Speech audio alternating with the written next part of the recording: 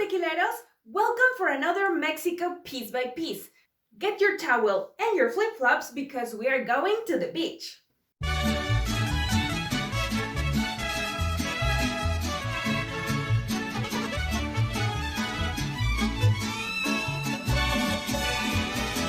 Hi! If you are new around here, my name is Ro and I am a Mexican former flight attendant super passionate about Mexico, tequila, and aviation.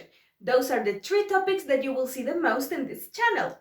And today we are going with our 13th edition of Mexico Piece by Piece, a series designed to show you everything that there is to do, see, and eat in every single one of the 32 states of Mexico. Today we're going to the south of Mexico, to the state of Guerrero. The name of the state means warrior. That's because it was named after a very famous independence warrior, Vicente Guerrero. It is a medium-sized state. It is the number 14 in the size ranking, and with a little bit more than 3.5 million people, it is the 13th most populated. Guerrero has a very particular geography. It is mostly mountains because there are two sierras that converge in this state, but we also have a deep valley. And the climate is warm subhumid, very nice, with a minimum of 18 Celsius degrees and a maximum of 32 Celsius degrees.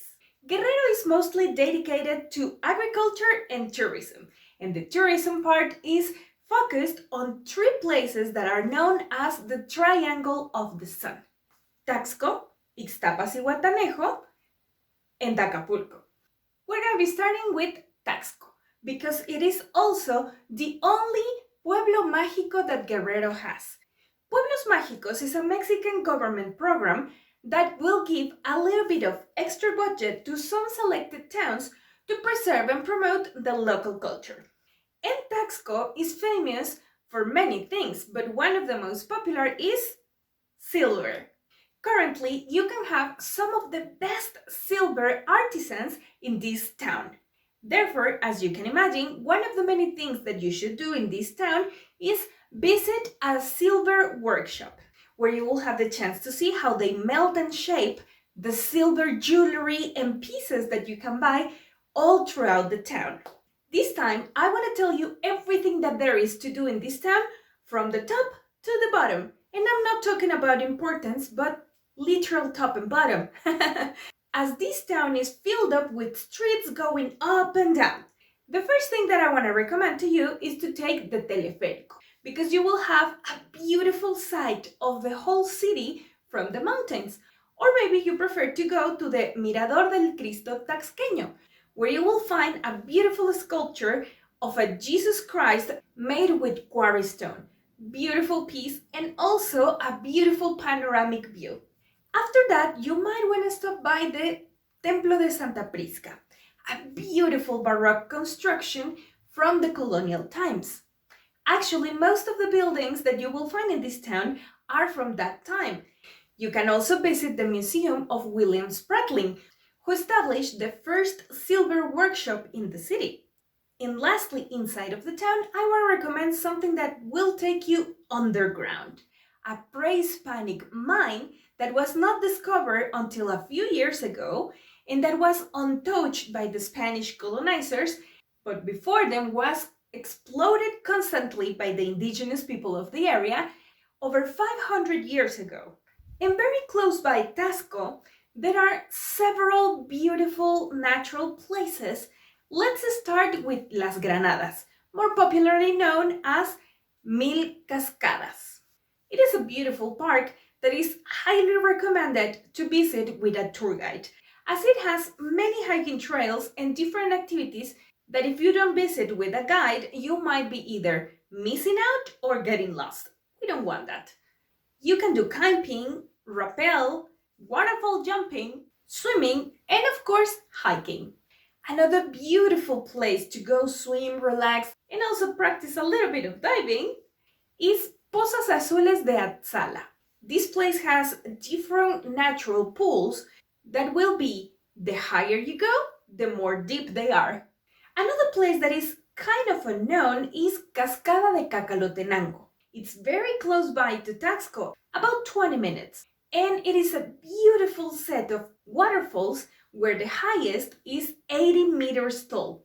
It is completely free, but the local community relies on these places, so if you can hire one of the local tour guides, will be even better. Next, we have Parque Nacional Grutas de Cacahuamilpa, a place that I had the chance to visit when I was very young and I still remember. It is truly impressive.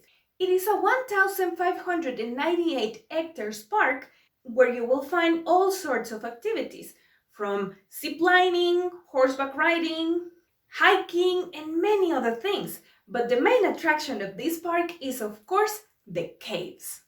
It has been open to the public as a national park since 1936, and the caves are considered to be one of the most beautiful in the whole world. The formations are just incredibly pretty, although the cave itself is not as big as you would think. It's only 2 kilometers deep and it is divided in 15 holes. But trust me, it is impressive and beautiful. And the last place that I want to recommend to you will take us finally to the beach. Laguna de Coyuca. It is located very close by Acapulco, which is going to be our next stop. And it is a beautiful lagoon that is just separated from the ocean by a very thin bar of land. There you will find a lot of restaurants and hotels that can be facing either to the lagoon or to the ocean, and where you will have the chance of practicing so many aquatic activities that I cannot even name them all. If you are swimming on the side of the lagoon, you will enjoy of a peaceful and relaxed water body. But be careful, because on the other side, you are in open ocean. So the waves and the current are kind of tricky. You better be a good swimmer or stay in a safe zone. Now let's move on to Acapulco. It has been always super popular, so much that even Elvis went there on vacations and also for filming a movie. It is divided in 3 main zones. The first one is the traditional zone that used to be super popular in the 60s and 70s. Let's say it's the old part of the city. We then have the Zona Dorada, which was actually quite popular during the 90s. And finally, we have the most modern and luxurious area of Acapulco, Punta Diamante. Acapulco is a port, which means that it doesn't only have beach and fun, it also has history. If you want to learn about it, you might want to go to the San Francisco Fort. That is today Acapulco's History Museum. It is a beautiful and very well preserved fort with the shape of a star, dating from the times when the port was still defending itself against the pirates. There are way too many beaches that you might want to go visit, but I want you to stop by La Quebrada first, where during the sunsets you will witness how very skilled, intrepid divers climb their way up to a 45-meter tall point in the rock wall, where they will perform a very high-skilled dive. They do it, I think, every day. In this place, you might also have the chance of attending to the World Championship of, how do you say that? Height diving? Clavados de altura. I should have researched how to say that. Sorry. And now, if you are like me, after almost having a heart attack just watching someone jump into the water from so high up, we're gonna be going to the beaches. You can go to Caleta or Caletilla if you wanna also take a boat to the Roqueta Island, a perfect spot for snorkeling. Playa Condesa with the very soft waves is ideal for a family trip, especially if you have small children with you. If you are into surf and windsurfing, Playa Icacos is ideal for you. And from there, you can also visit the sunken boat Rio de la Plata and do some diving. A beautiful place to go on the water. Another perfect place for surfing is Playa Revolcadero. And finally, diving, ski, snorkeling, and similar activities are also ideal in Bahia Puerto Marqués.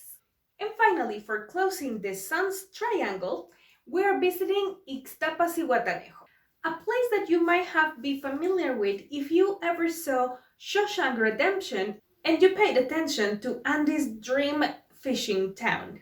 Of course, we cannot talk about Ixtapas y Guatanejo without talking about the beautiful beaches that you will find there. Two of the most popular ones being Playa Principal and Playa La Ropa, both of them connected by the waterfront promenade. And also a little bit more hidden, but also very popular and beautiful, is Playa Las Gatas, that receives that name because there used to be a lot of tiburon gata in that area.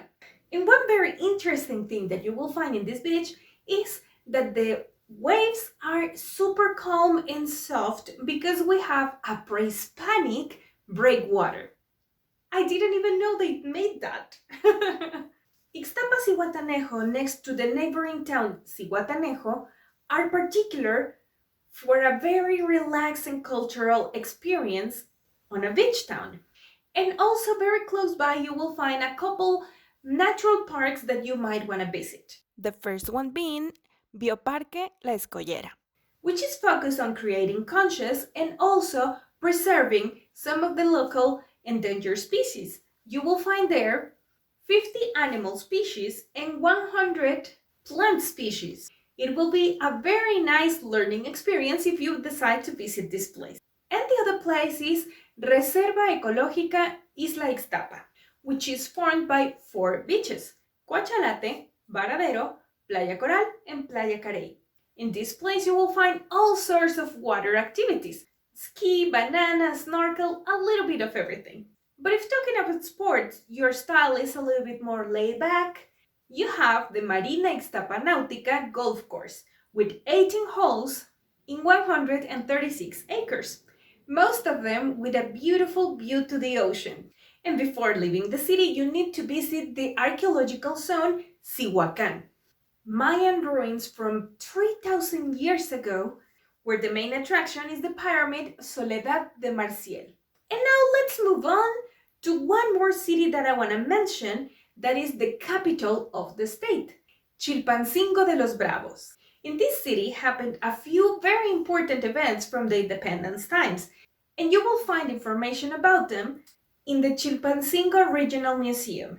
Also, the main square is called Plaza Cívica Primer Congreso de Anáhuac, because actually the first Congress without the participation of Spanish was celebrated in this place. To be more precise, inside of the Cathedral of Santa María de la Asunción.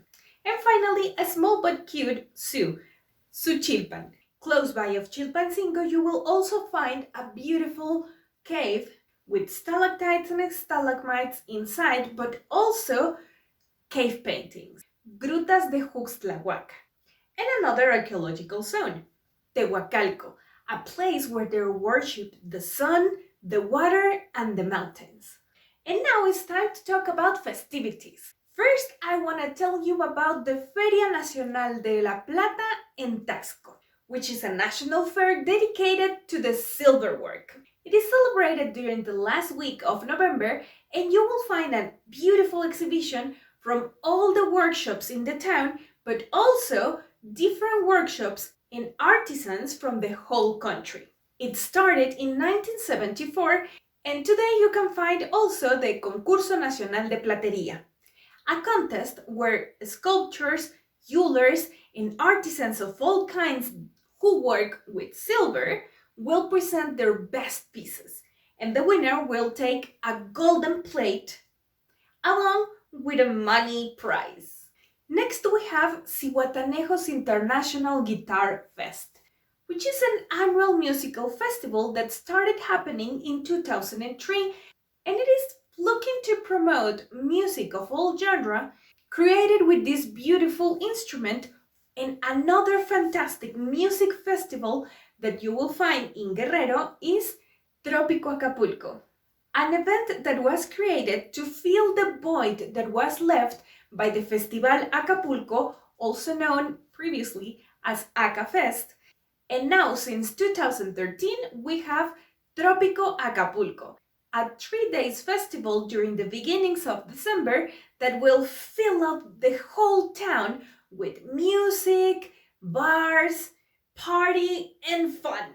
And if you are into tennis, you might have heard about the Mexican Tennis Open, a tennis tournament that is part of the ATP World Tour 500.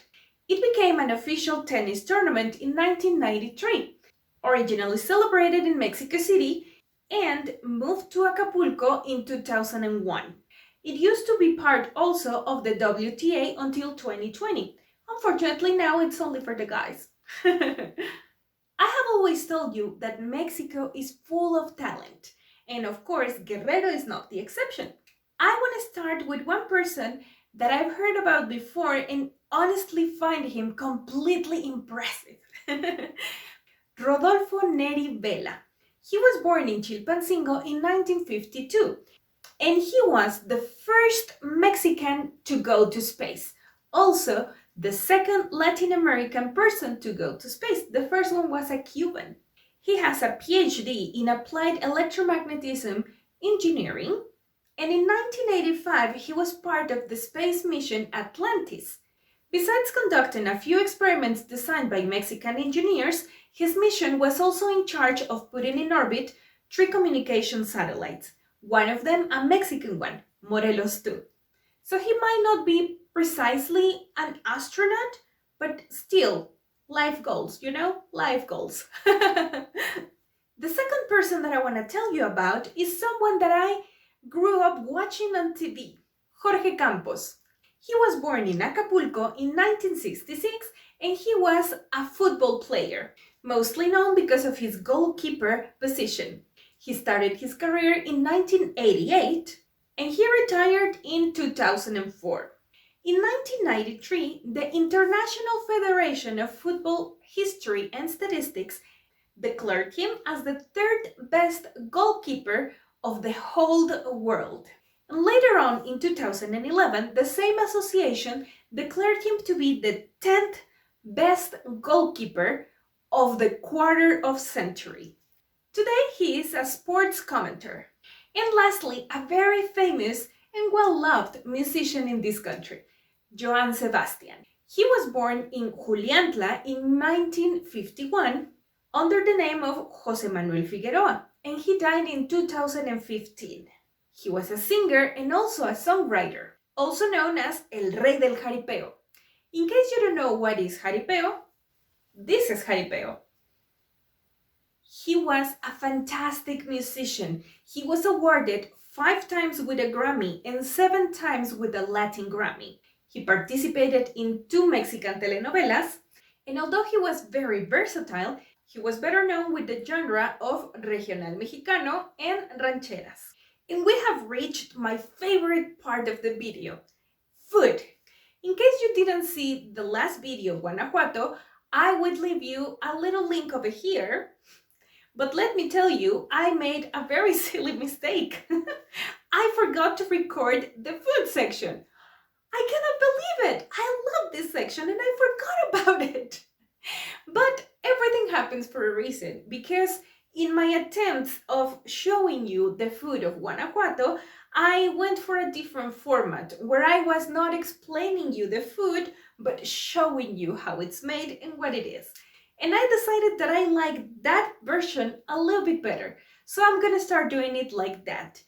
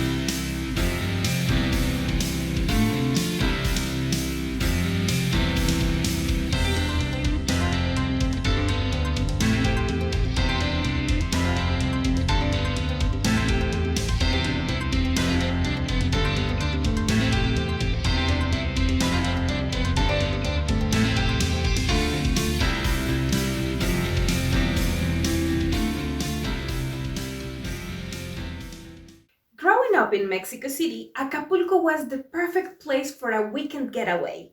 But I was pleasantly surprised by the other beautiful places to visit in Guerrero. Of course, I also knew Texco because I am a silver lover, but many of the other places I was not really familiar with. Again, Mexico Piece by Piece is just a fantastic opportunity to get to know more about my own country while I share it with you.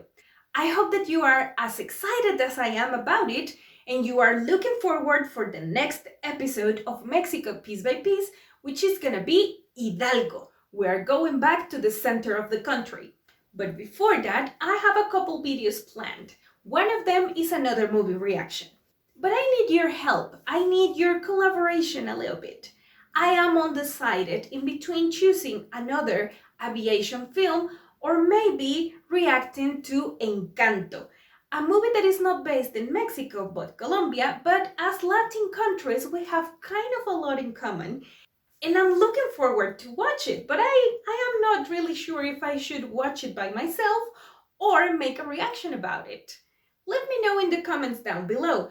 If you prefer an aviation movie, let me know also in the comments down below which one would you like to see.